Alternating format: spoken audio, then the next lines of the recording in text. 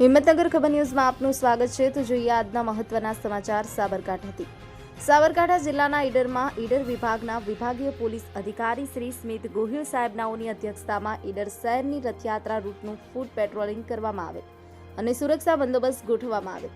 અધિકારી શ્રી સ્મિત ગોહિલ સાહેબ તથા તેમની ટીમ લઈ મોટા પોલીસ જવાન કાફલા સાથે ઈડરના અલગ અલગ વિસ્તારોમાં ફૂટ પેટ્રોલિંગ કરી બનાવેલ ટીમોને તૈનાત કરવામાં આવી। ઈડર શહેરના અલગ અલગ વિસ્તારોમાં નીકળતી રથયાત્રાને લઈને કોઈ પણ પ્રકારની ચૂક ના થાય અને શાંતિમય રીતે રથયાત્રા પૂર્ણ કરવામાં આવે તેવી ઈડર શહેરીજનો અને સાહેબશ્રી દ્વારા અપીલ પણ કરવામાં આવી।